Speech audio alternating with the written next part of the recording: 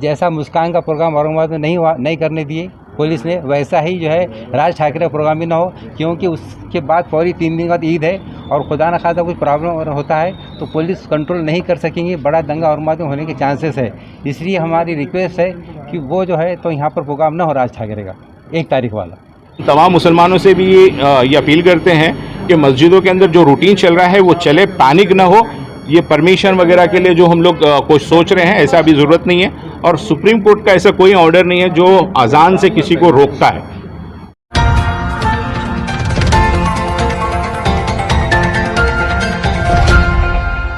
नुमाइंदा कौंसिल औरंगाबाद की जानिब से सदर जमहूरिया जो है हमारे प्रेसिडेंट ऑफ इंडिया, उनको जो है मुख्तलिफ डिमांड्स के साथ एक मेमोरेंडम दिया गया है।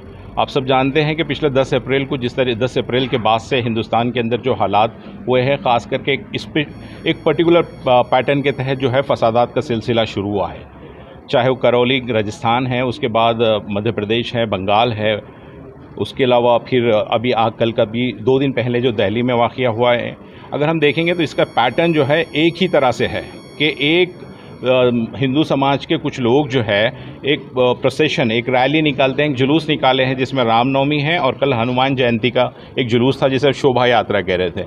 एक जुलूस निकाला जाता है, मुस्लिम मोहल्ले के अंदर उसको ले जाया जाता है और वो जुलूस जो है बिल्कुल उस जुलूस के अंदर जो लोग शामिल होते हैं वो हथियारों से लेस होते हैं, जिनके हाथ में मतलब तलवार होती हैं, बड़े छुरे होते हैं, उसी तरीके से पिस्टल होती है, और वो एक ख़ास किस्म के मुसलमानों को सताने वाले, प्रोवोक करने वाले गाने लगाते हैं, जिसके अंदर मुसलमानों और लाउड म्यूज़िक लगाया जाता है मस्जिदों के सामने, और उसी तरीके से मस्जिदों की बेहुरमती करने की कोशिश की जाती है। वहाँ झंडे लगाकर उनके अपने जो अपने मज़हब के झंडे हैं वो झंडे लगा के कोशिश की जाती है मुसलमानों को उकसाने की, और उसके बाद अगर कुछ होता है तो ये विक्टिम कार्ड खेला जाता है कि इस मुल्क के अंदर जो है हिंदुओं को अपना त्यौहार मनाने नहीं दिया जा रहा है, जबकि ये सबसे ज़्यादा ख़तरनाक पैटर्न है। आप देखें कि हर जो दंगा अभी हुआ है, पिछले जो वायलेंस हुए हैं, उसके अंदर सेम पैटर्न है, और अफसोस की बात यह है कि एडमिनिस्ट्रेशन ये सब चीज़ देख रहा है। भारत के अंदर भारत जो है कॉन्स्टिट्यूशन से चलता है, लेकिन आप देखेंगे कि हथियारों की नुमाइश खुलेआम हो रही है। ये ड्यूटी पुलिस की है कि पुलिस उसको तुरंत रोके। अगर एक समाज के लोग ओपनली अगर हथियार लेके निकल रहे हैं तो उनको पुलिस ने उसी वक्त रोकना चाहिए। अभी दिल्ली के अंदर जो फसाद हुआ है उस रैली को तो परमिशन ही नहीं थी।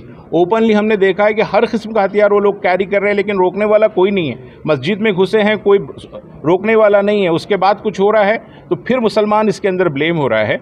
तो हमने आज जो है डिविज़नल कमिश्नर के ज़रिए सदर जमहूरिया से मांग की है कि इस मामले की जो है गंभीर जांच होनी चाहिए रिटायर हाईकोर्ट जजेस के सुपरविजन में।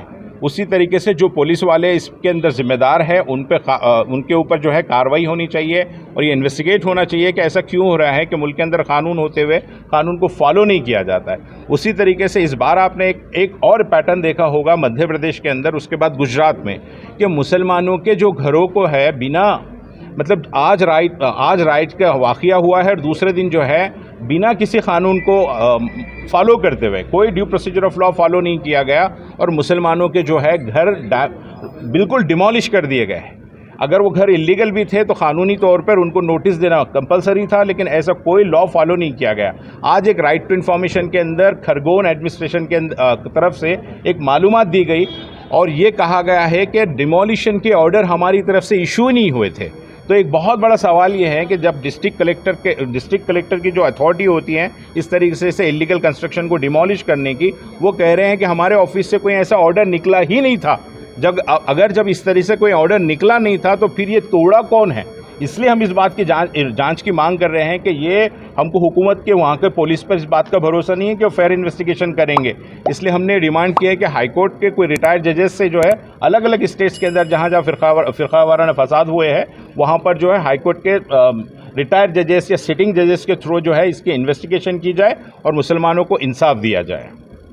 नुमाइंदा कौंसिल औरंगाबाद में भी काफ़ी तलवारें आ रही है, इसके ऊपर कुछ तवज्जो या मेमोरेंडम सीपी को मिलकर देने वाले हैं क्या? देखिए, वो जो तलवारें पकड़ी गई है उसकी वो जो है प्रोफेशनल कमर्शियल लेवल पर वो पकड़ी गई है, जहाँ तक हम लोगों को पता है।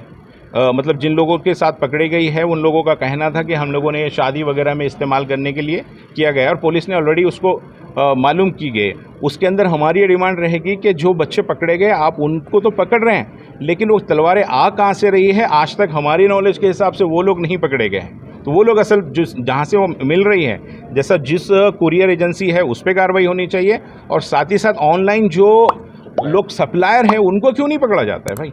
अगर फ्लिपकार्ट दे रहे हैं तो फ्लिपकार्ट पे अब तक कार्रवाई क्यों नहीं, पिछले बार भी हुआ था तब भी नहीं हुई, अभी हमारी नॉलेज के हिसाब से अब भी नहीं हुई है। तो बिल्कुल हमें अगर ऐसी कुछ ज़रूरत पड़ती है तो डिमांड करेंगे। नहीं, ये के ताल्लुक से हमारा अभी साफ स्टैंड ये है कि जो चल रहे हैं हम लोग, देखिए हम समझते हैं कि राज ठाकरे की जो धमकी है वो हुकूमत को है। हुकूमत का काम है कि लॉ एंड ऑर्डर मेंटेन करे, हम उसको हमारे लिए थ्रेट नहीं समझते ऐसे मुसलमानों के लिए। जो चीज़ जब होगी हम देखेंगे, लेकिन फौरी तौर पे हमारा ये स्टैंड है कि हम इसमें अभी कुछ बोलेंगे नहीं। ये काम हुकूमत का है कि लॉ एंड ऑर्डर मेंटेन करे, और राज ठाकरे अगर गलत कर रहे हैं तो उसके ऊपर कार्रवाई करें। फिलवक्त के लिए हमारा स्टैंड ये है, और हम तमाम मुसलमानों से भी ये अपील करते हैं कि मस्जिदों के अंदर जो रूटीन चल रहा है वो चले, पैनिक ना हो। ये परमिशन वगैरह के लिए जो हम लोग कुछ सोच रहे हैं ऐसा अभी ज़रूरत नहीं है, और सुप्रीम कोर्ट का ऐसा कोई ऑर्डर नहीं है जो अजान से किसी को रोकता है। ये साफ समझ जाना चाहिए कि सुप्रीम कोर्ट कहीं भी किसी को अजान देने से रोकता नहीं है। उसके कुछ लिमिटेशंस है आवाज़ के, उस आवाज़ के साथ अजान दी जा सकती है, और सुप्रीम कोर्ट कहीं भी किसी को रोकता नहीं है। ये कानूनी तौर पर भी सबको समझ लेना चाहिए।